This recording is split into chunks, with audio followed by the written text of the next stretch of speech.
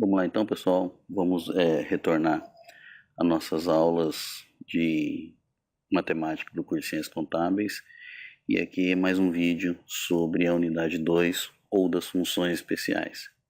Nesse vídeo, nós vamos trabalhar dentro daquelas funções especiais com as chamadas funções quadráticas, tá? Ou funções do segundo grau. Isso é o nosso objetivo de hoje. Nós já trabalhamos na unidade anterior com funções do primeiro grau. A gente definiu o gráfico, definiu algumas aplicações, definiu algumas propriedades da função linear ou função afim e que é aquelas que compõem do primeiro grau. E agora a gente vai fazer isso para funções do segundo grau, tá ok? Então, para começar o nosso trabalho, a gente vai ver algumas situações práticas que podem ser representadas pelas chamadas funções polinomiais do segundo grau, simplesmente chamadas de função do segundo grau. Então a primeira coisa que a gente tem que entender é o seguinte: o que é uma função do segundo grau? Se a gente lembrar, toda função polinomial ela tem uma característica que é uma constante multiplicada. Então você pensar lá, função polinomial p de x, ela é um a vezes um x, 1 a 0, vezes um x elevado a 0, mais 1 a 1 vezes um x elevado a 1, mais 1 a 2 vezes um x elevado a 2, mais ela vai até chegar 1 a n vezes um x elevado a n. Esses elementos A são chamados de coeficientes, os x são as variáveis e aqui nós temos os expoentes das variáveis. A função linear é uma função do primeiro grau. Então, uma função linear é uma função do tipo p de x igual a 1 a 0, mais quem? 1 a 1 vezes um x. Ou seja, nós temos duas constantes e uma variável. A função do segundo grau ela vai ser um polinômio p de x, onde ela vai ser 1 a 0 mais 1 a 1 vezes um x1 mais 1 a 2 vezes um x2. O que a gente tem aqui? A gente tem coeficientes, nós temos a variável x e aqui os expoentes. Na função do segundo grau, os expoentes vão no máximo até o grau 2. A gente costuma escrever isso de uma forma muito mais fácil de entendimento. Na verdade, a gente costuma escrever isso da seguinte forma: função do segundo grau é uma função f de x, onde a gente tem um ax ao quadrado mais um bx mais um c. Percebam que agora nós podemos usar letras A, B e C para representar os coeficientes, sem precisar se preocupar com esses índices que apareciam anteriormente. Tá legal? Então vamos lá. Para poder resolver a situação, vamos imaginar que a gente tem o seguinte problema. Sabendo que receita é uma relação dada por preço vezes quantidade, certo? P representa o preço unitário e Q representa a quantidade comercializada. E vamos imaginar que é possível determinar o preço de um determinado sapato, tá? Da marca de um determinado sapato, variando de acordo com a relação com a quantidade dele. É óbvio que isso é uma questão didática. Por que é uma questão didática? Porque eu não posso ter quantidades comercializadas para preço zero, certo? Mas a gente encontrou uma seguinte relação, que preço é igual a menos 2Q mais 200. Se eu pensar que da função de receita, preço vezes quantidade, e o preço pode ser explicado dessa forma aqui, então nós temos o seguinte problema. Se eu sei que receita é igual a preço vezes a quantidade, eu posso pegar a função preço, que está aqui, e substituir por essa função que eu tinha aqui, ó, menos 2Q mais 200, tudo isso entre parênteses vezes Q. Distribuindo o Q para as duas situações, nós temos então que a receita é igual a Q? É igual a menos 2Q ao quadrado mais 200. Isso aqui nada mais é do que uma função do segundo grau definida da seguinte forma: receita em função da quantidade pode ser dada por quem? Por menos 2Q ao quadrado mais 200 Q. Tá legal? Então aqui nós temos uma equação do segundo grau. Aqui a gente tem a tabelinha só com alguns valores calculados para a gente perceber o que acontece, certo? Quando a quantidade é 10, a receita. Quando a quantidade é 30, a receita. E por assim vai acontecendo, tá ok? Aí, pessoal, como a gente sabe que a função receita é definida por uma função do segundo grau, e a gente sabe que uma função do segundo grau tem sempre essa cara aqui, ó, f de x igual a ax ao quadrado mais bx mais c, a gente pode definir alguns elementos da função.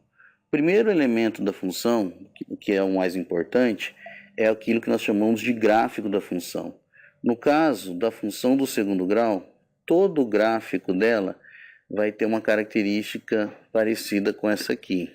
Essa característica é chamada de parábola da função, tá?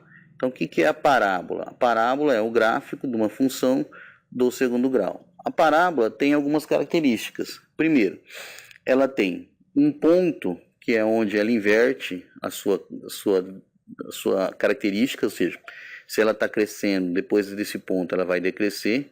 Ela tem um ponto aqui que a gente chama de ponto vértice. Ela tem raízes, que são pontos onde ela toca o eixo x. Então toda parábola tem as chamadas raízes, né? Se ela tocar o eixo x. Ela tem o ponto aonde ela toca o eixo y. Ela tem o ponto onde ela toca o eixo y, que é o ponto de coeficiente, é o ponto onde ela toca o eixo y. E ela tem uma característica que nós chamamos de concavidade. O que é concavidade? Se a parábola tiver com a sua abertura indicada para baixo, então ela tem concavidade para baixo. Se ela tiver características contrárias, se ela tiver a sua abertura para cima, então ela passa a ter concavidade para cima. O que vai definir isso da parábola? O que vai definir todos esses elementos da parábola? Quem vai definir esses elementos da parábola são os chamados coeficientes, ou as características da função. A primeira delas, nós temos que a concavidade da parábola vai ser definida pelo a, pelo número que multiplica o x ao quadrado.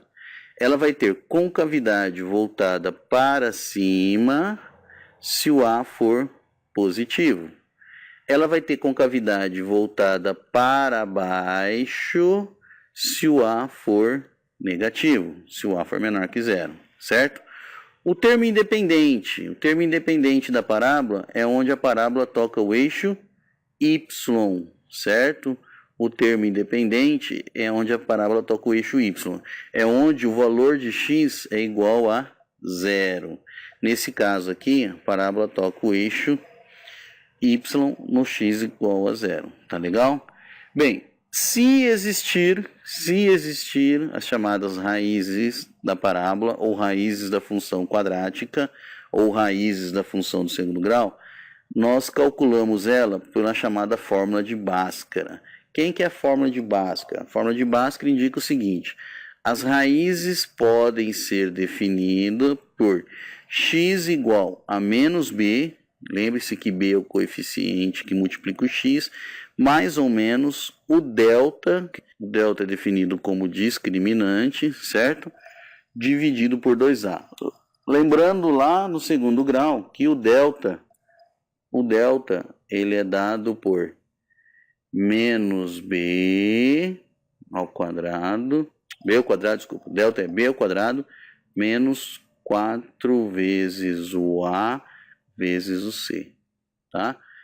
Para calcular o discriminante, nós vamos imaginar que se a minha função y é igual a f de x e eu quero saber aonde os valores de y são igual a zero, então eu passo a ter o quê? Uma equação do segundo grau.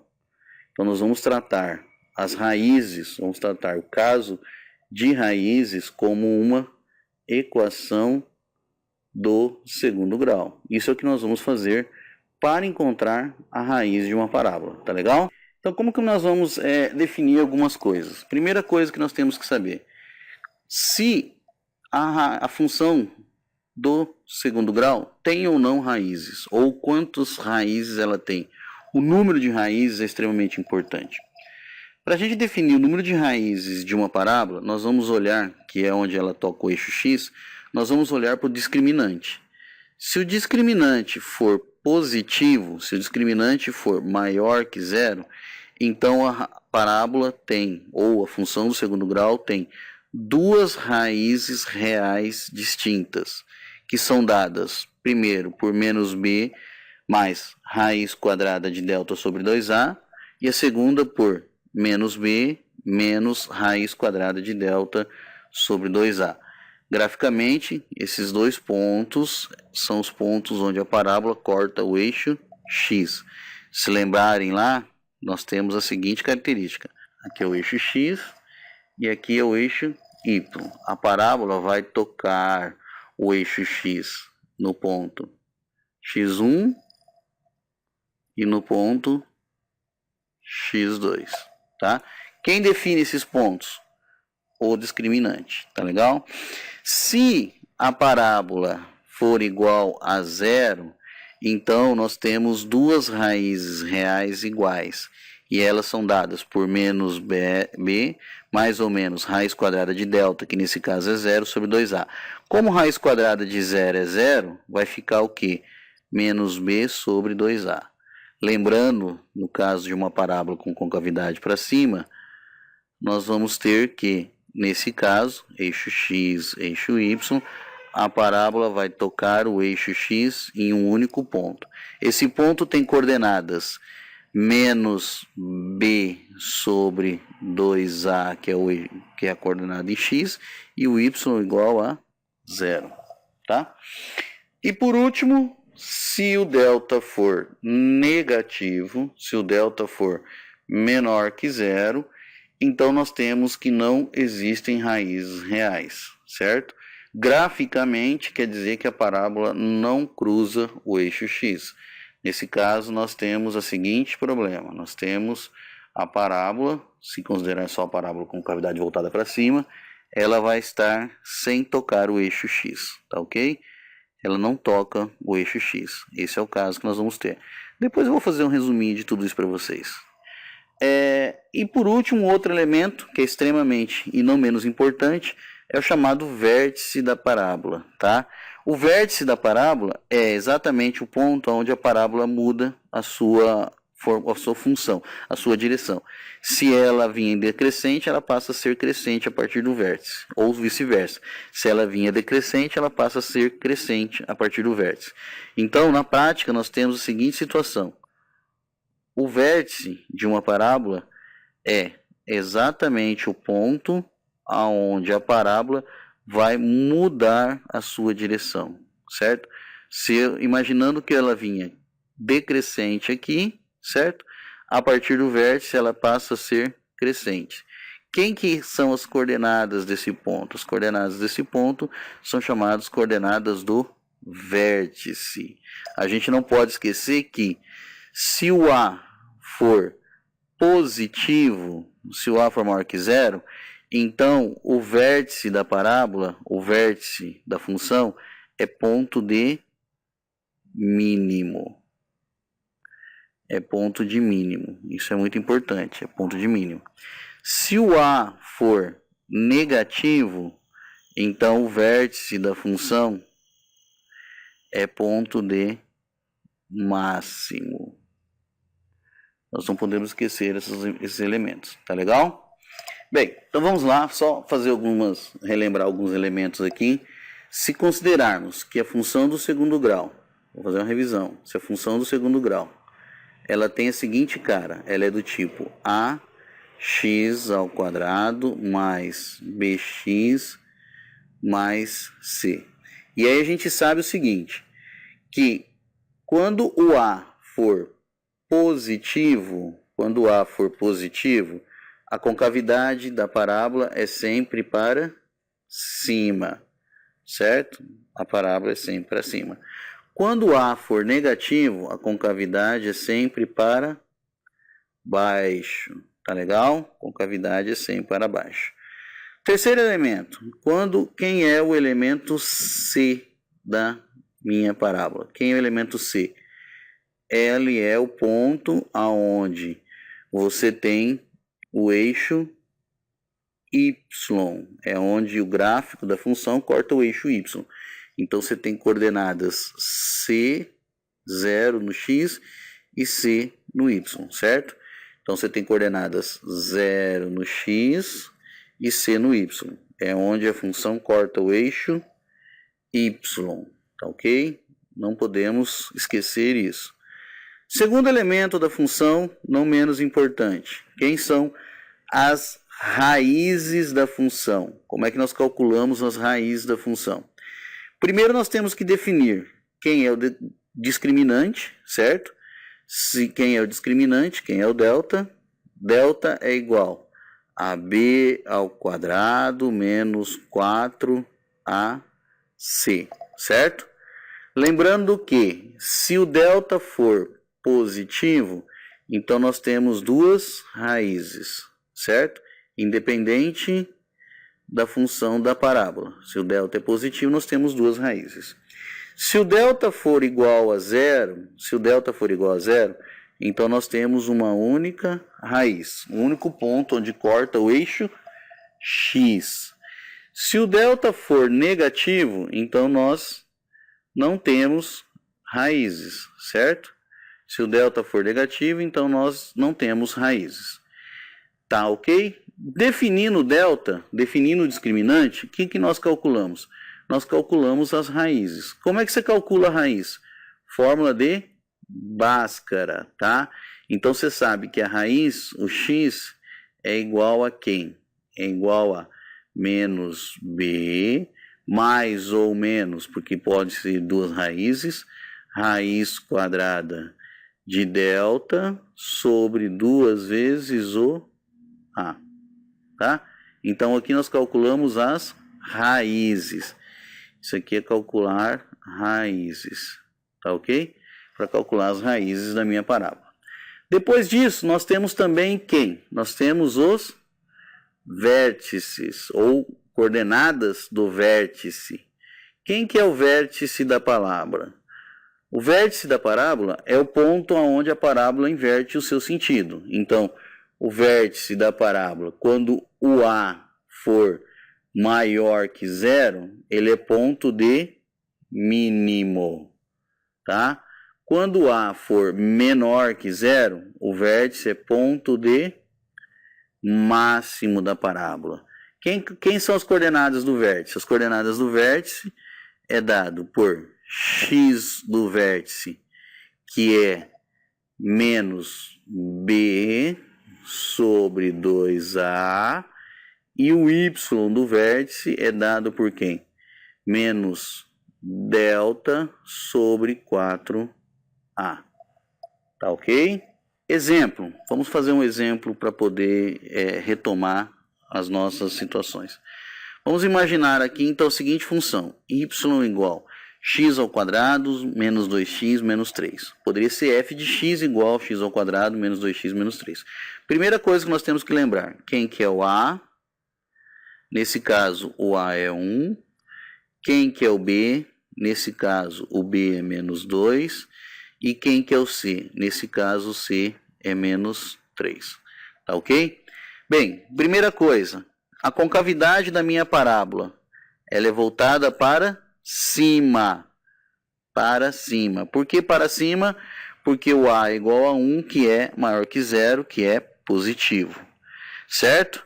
Depois nós temos que determinar quando nós vamos, ou como nós vamos calcular as raízes da função. Quem são as raízes da função? É os valores de x que tornam y igual a 0. É os valores de x os valores aonde a parábola vai cortar o eixo x. Tá legal? Aonde a parábola vai cortar o eixo x? Ela vai cortar o eixo x nas raízes. E como que nós vamos calcular as raízes? Nós vamos primeiro calcular o delta, para saber quantas raízes vai ter. O delta é b ao quadrado menos 4 vezes a vezes c. Então nós temos delta b menos 2 ao quadrado menos 4 vezes o A, que é 1, vezes o C, que é menos 3, certo? Então, isso aqui vai dar menos 2 ao quadrado, vai dar 4. Depois, menos 4 vezes 1, menos 4. Menos com menos, menos 4 com menos 3, dá mais. 4 vezes 3, 12. Então, isso vai dar 16. Ou seja, o delta deu 16. Se o delta deu 16, nós sabemos que existem raízes 2 zeros, ou 2 raízes para a minha função. Como é que eu vou calcular as raízes? Fórmula de Bhaskara. X é igual menos b mais ou menos raiz quadrada de delta sobre 2a. Então, nós temos que x é igual menos b. Quem que é b, gente? Menos 2. Então, é menos 2 mais ou menos raiz quadrada de delta, que é 16 sobre 2 vezes o a, que é 1. Então, daqui vai sair menos com menos, 2. Mais ou menos, raiz quadrada de 16, 4. 2 vezes 1, 2. Ou seja, nós temos então que o x1, que é a primeira raiz, vai ser 2 mais 4 dividido por 2, que é igual a 6 dividido por 2, que é igual a 3. E o x2 é igual a 2 menos 4 dividido por 2, que é igual a menos 2 dividido por 2, que é igual a menos 1. Ou seja, as raízes são menos 1 e 3. São os valores que nós temos. Feito isso, eu também posso calcular o ponto onde a função toca o eixo y. Aonde a função toca o eixo y? A função toca o eixo y, corta eixo y em menos 3. Está aqui, ó. Por que é menos 3? É o valor que quando x for igual a 0. Tá legal? Também podemos calcular o vértice. Quem que é as coordenadas do vértice? Menos b sobre 2a, menos b é 2, menos 2 vai dar mais 2, dividido por 2, ou seja, o ponto do x vértice é igual a 1. E o y do vértice? Menos delta, que é menos 16, sobre 4. Menos 16 sobre 4 dá menos 4, certo? Ou seja, as coordenadas do vértice está aqui, ó, menos 4 no y e 1 no x. Está aqui a coordenada do vértice. Está aqui a coordenada do vértice. Então, a função tem esse ponto aqui que eu conheço, esse ponto que eu conheço e as raízes que eu conheço. Ou seja, aqui eu posso traçar tranquilamente a minha parábola, que eu sei que tem concavidade voltada para cima. E por último, a gente vai falar um pouquinho só decrescente e decrescente. A função do segundo grau, ela não é crescente ou decrescente de forma genérica, de forma completa, ou seja, função toda. Ela é crescente e decrescente para intervalos. E aonde que ela é crescente e aonde que ela é decrescente? Bem, a gente tem que entender que uma função é decrescente quando os valores de x,